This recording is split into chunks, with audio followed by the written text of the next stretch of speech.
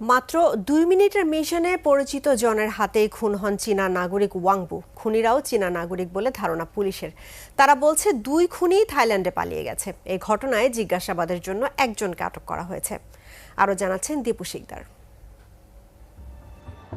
উত্তরা ১৪ নম্বর সেক্টরের ১৬ নম্বর সড়কের এই ভবনের একটি ফ্ল্যাটে বুধবার গভীর রাতে খুন হন চীনা নাগরিক ওয়াংবু। ভবনটির সিসিটিভি ক্যামেরার ফুটেজে দেখা যায় বুধবার রাতে ২ চীনা নাগরিককে সাথে নিয়ে ফ্ল্যাটে গিয়েছিলেন ওয়াংবু।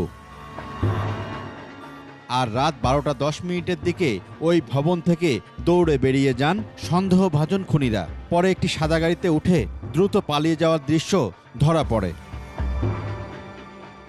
৯ বছর ধরে বাংলাদেশে পাথরের ব্যবসার সাথে যুক্ত ওয়াংবু ১ মাস আগে এই ফ্ল্যাট ভাড়া নিয়েছিলেন।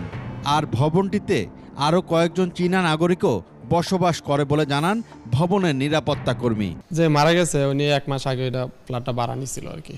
ভাড়া নেওয়ার পরে 2 দিন পরে ওনার বাবা মারা গেছে। পরে সে চায়না চলে গেছিল।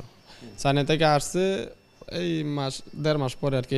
18 তারিখে আসছিল আর কি। 18 তারিখে আসছে, পরে 2 দিন থাকছে। 19 তারিখ রাত্রেবেলা তার আর কি এরকম অবস্থা হয়েছে, মারা গেছে। বৃহস্পতিবার দুপুরে হত্যার ঘটনাটি জানাজানি হয় বলে জানান বাসিন্দারা। জানাজানি হয়েছে, আমি শুনছিলাম যে দুপুর 12টার দিকে চাইনিজরা খাওয়ার জন্য ফোন দিছিল। চাইনিজ বস আছে যে ওনারা ডাক দিছে। তারপরে মনে করেন যে এই হয়েছে, দরজা খুলে থেকে এই ঘটনা। তারা কি করে না করে আসলে এটা আমরা কেউ জানি না। আশেপাশের লোক ভালো কারণ না, স্বাভাবিক তারা কি ভালো কাজ করে না খারাপ কাজ করে আমরা কেউ জানি না। পুলিশের ধারণা ওই দিন রাত 3:11 অভিযুক্তরা থাইল্যান্ডে চলে যান। একজনকে ইতিমধ্যে আটক করা হয়েছে।